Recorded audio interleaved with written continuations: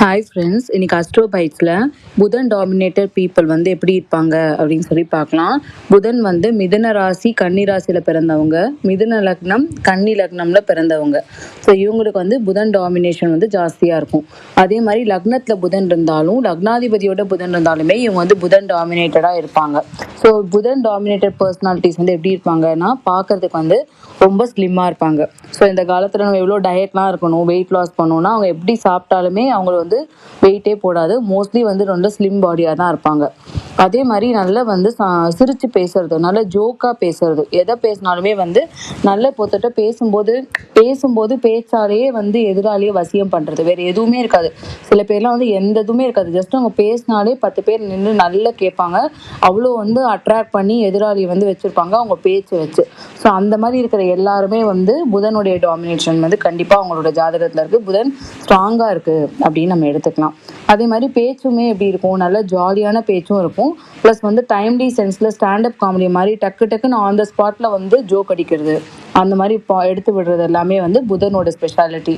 And இவங்க வந்து நிறைய என்னென்னா சமயோஜித புத்தியுமே இருக்கும். அதேமாதிரி ஏதாவது எந்த ஒரு விஷயமா இருந்தாலுமே வந்து இப்போ செவ்வாயில நம்ம என்ன சொல்லுவோம், முன் யோசனை இல்லாமல் டக்குன்னு பேசிடுவாங்க.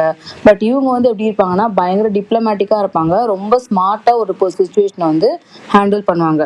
அந்த நேருக்கு நேராக அங்கே சண்டை போடுறத வந்து அவாய்ட் பண்ணுவாங்க எங்கே போனாலுமே. அதை விட்டுட்டு புத்தியை வச்சு இந்த வேலையை வந்து எனக்கு வேலை நடக்கணும்னா வேலை நடக்கணும், அதுக்கு வந்து நான் சண்டை போட மாட்டேன், என்ன மாதிரி ஸ்மார்ட்டான ஆக்டிவிட்டீஸ் வந்து செய்ய முடியும் அப்படின்றத பார்த்து த்ரூ மை ஆக்ஷன்ஸ் வந்து அவங்க எதிராளியை வந்து நம்ம ஆஃப் பண்ணுறது. ஸோ இந்த மாதிரி டிப்ளமசி வந்து புதன் டாமினேட் பண்ணவங்க கிட்ட வந்து இருக்கும். அதே மாதிரி இவங்களுக்கு ஃப்ரெண்ட்ஸ் வந்து நிறைய இருப்பாங்க, நிறைய நட்பு வட்டாரம் வந்து இவங்கக்கிட்ட இருக்கும். ஏன்னா இவங்களுடைய அந்த பேசிக்காகவே அந்த பேச்சு சாதுரியம் இருக்குல்ல, அதனால இவங்கள்ட்ட நட்பு வட்டம் வந்து ரொம்ப ஜாஸ்தியாக இருக்கும். அதே மாதிரி நல்லா படிப்பாங்க, படிப்பில் வந்து ஈடுபாடும் ரொம்ப ஜாஸ்தியாக இருக்கும். ஸோ எந்த ஒரு இதை எடுத்தாலுமே ஒரு டாபிக் ஏதான ஒரு டாபிக் இருக்குன்னா அதை பற்றி சொன்னீங்கன்னா எந்த டாப்பிக்கை கேட்டோம்னாலும் அவங்கள்ட்டேருந்து அதுக்கு வந்து ஒரு ஆன்சர் வரும். எனக்கு தெரியாதுன்னு அவங்க எதையுமே சொல்ல மாட்டாங்க.